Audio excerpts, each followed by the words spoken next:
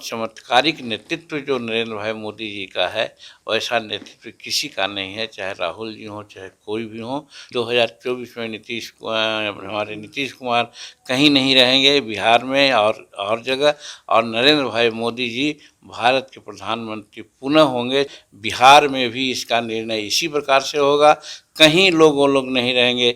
यहाँ एनडीए की सरकार बनेगी, यहाँ 400 के 400 सीट हम लोग लेंगे। आरक्षण का मुद्दा तो इन्होंने छलावा किया है, आरक्षण का मुद्दा कहाँ उठाया। प्रधानमंत्री के उम्मीदवार हैं, वो जब गलत सलत बात बोलते हैं तो घमंडिया गठबंधन के अन्य नेताओं की बात क्या कहिएगा। नमस्कार, आप देख रहे हैं लाइव बिहार में हूं आपके साथ असलम अब्बास। 4 राज्यों के चुनाव परिणाम अब धीरे धीरे स्पष्ट होने वाले हैं, जिसमें 3 राज्यों में भाजपा पूर्ण रूप से सरकार बनाती हुई नजर आ रही है, जिसके बाद से बिहार के साथ साथ पूरे देश की राजनीति में भी बयानबाजी का दौर भी जारी हो गया है।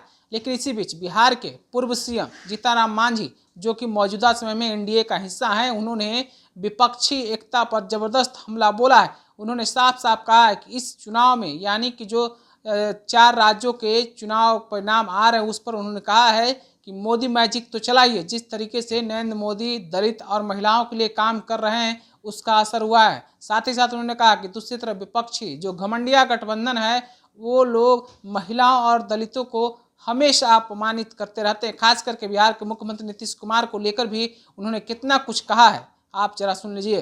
देखिए, हिंदी पट्टी हो या और कहीं भी हो, कुछ मुद्दे ऐसे रहे हैं जिस मुद्दा को लेकर के भाजपा आगे बढ़ी और खासकर नरेंद्र भाई मोदी जी आगे बढ़े।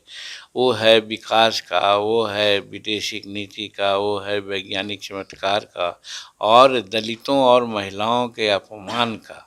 तो दलितों और महिलाओं का अपमान जो बिहार के घमंडिया गठबंधन के नमूना माने जाते थे, वो देश के नेतृत्व करने के लिए चाहत रखते थे, उन्हीं के मुखारबिन से जब ये बात हो रही थी तो प्रधानमंत्री ने समाज के सामने परोसने का काम किया कि घमंडिया गठबंधन के लोग जब इस तरह से हैं तो आगे क्या होगा।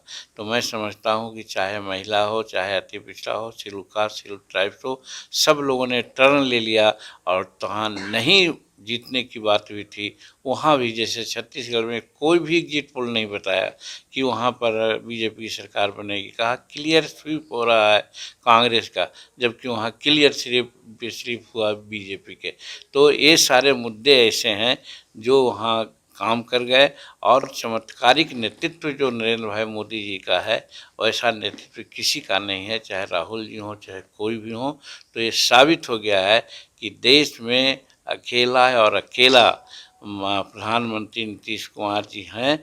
और 2024 बहुत स्पष्ट हो गया है। कोई सेमीफाइनल कहता है, हम कहते हैं सेमीफाइनल नहीं है, फाइनल ही है कि 2024 में हमारे नीतीश कुमार कहीं नहीं रहेंगे, बिहार में और जगह, और नरेंद्र भाई मोदी जी भारत के प्रधानमंत्री पुनः होंगे। 400 सीट बिहार में भाजपा को आएगी, एनडीए को आएगी, और बिहार में 40 के 400 सीट हम एनडीए के लोग के झोला में डालेंगे। एक अहम मुद्दा है जाति काट और आरक्षण का जो इनका ये था, वो लगता है कि फेलियर रहा पूरी तरीके से। सबसे बड़े ओबीसी नरेंद्र मोदी एकदम आरक्षण का मुद्दा तो इन्होंने छलावा किया है। आरक्षण का मुद्दा कहाँ उठाया। उसी बात पर तो जब तुम तमाम की बात उन्होंने की, हमने तो कहा कि 1971 से रोस्टर नियम लागू है, और रोस्टर नियम लागू 71 से है। तो जोड़ लीजिए कि उधर और इधर सब मिला के 40-42 वर्षों का मामला है।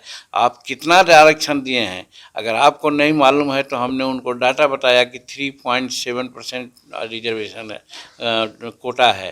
तो आखिर 100 ईयर्स लगेगा पूरा होने में। इसी पर तो बहुत सारी बातें बोल दी।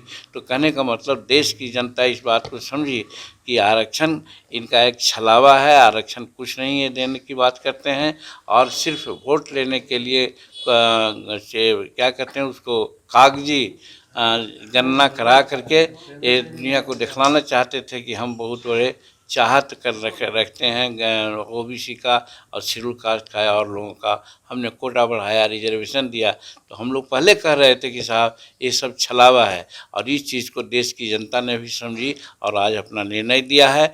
बिहार में भी इसका निर्णय इसी प्रकार से होगा, कहीं वो लोग नहीं रहेंगे। यहाँ एनडीए की सरकार बनेगी, यहाँ 400 के 400 सीट हम लोग लेंगे और नरेंद्र भाई मोदी जी 400 सीट लेकर के भारत के प्रधानमंत्री तीसरी बार बनेंगे। सभी राष्ट्रीय अध्यक्ष को फोन किए हैं। अब बुलाए हैं तो उन लोग बुलाए हैं। 6 तारीख तो हमारी भी बैठक है दिल्ली में। हम लोग जंतर मंतर में 5 तारीख को धरना देने जा रहे हैं। नीतीश कुमार जी ने जो महिलाओं के प्रति और शेड्यूल कास्ट के प्रति अभद्र बातें की है उसके लिए, तो सबका अपना अपना स्ट्रेटजी है। तो खड़गे साहब बुलावे चाहे कोई बुलावे, उनका काम है, करेंगे। हम लोग भी उनके जो मूर्धन्य नेता हैं जो कहते हैं तथाकथित रूप में कि प्रधानमंत्री के उम्मीदवार हैं, वो जब गलत सलत बात बोलते हैं तो घमंडिया गठबंधन के अन्य नेताओं की बात क्या कहिएगा। लेकिन 2024 का रणनीति बनाएंगे इंडिया अलायंस वाले, बोल रहे हैं कि ये तो विधानसभा का चुनाव है, 2024 में उखाड़ फेंकेंगे एनडीए। वो हर पहलवान जो लड़ता है तो पुनः यही कहता है कि अवर हो गया फिर अवर में हम सब पटक देंगे। तो अभी आपने जीतनराम मांझी को सुना किस तरीके से बोल रहे थे। बीजेपी के मिली सफलता को लेकर उन्होंने साफ साफ कहा है कि बीजेपी के नेतृत्व में, बीजेपी की सरकार में ही दलित और महिलाओं के लिए विकास का लगातार काम हो रहा है और दलित और महिलाओं का विश्वास भाजपा की तरफ काफ़ी मजबूत हुआ है। तो दूसरी तरफ विपक्ष सिर्फ और सिर्फ दलित और महिलाओं को लेकर ढकोसला करती है, तरह तरह की बातें बोलती है, लेकिन मौका मिलता है तो काम नहीं करते हैं। ऐसा जीतनराम मांझी ने कहा है, आपने सुना भी है। आप अपनी राय क्या रखते हैं भाजपा को मिल रही इस जीत पर, हमें कमेंट के रूप में ज़रूर पहुंचाइए। तब तक के लिए बने रहिए लाइव बिहार के साथ। आपका शुक्रिया। लाइव बिहार यूट्यूब पर सब्सक्राइब और फेसबुक पर लाइक ज़रूर करें।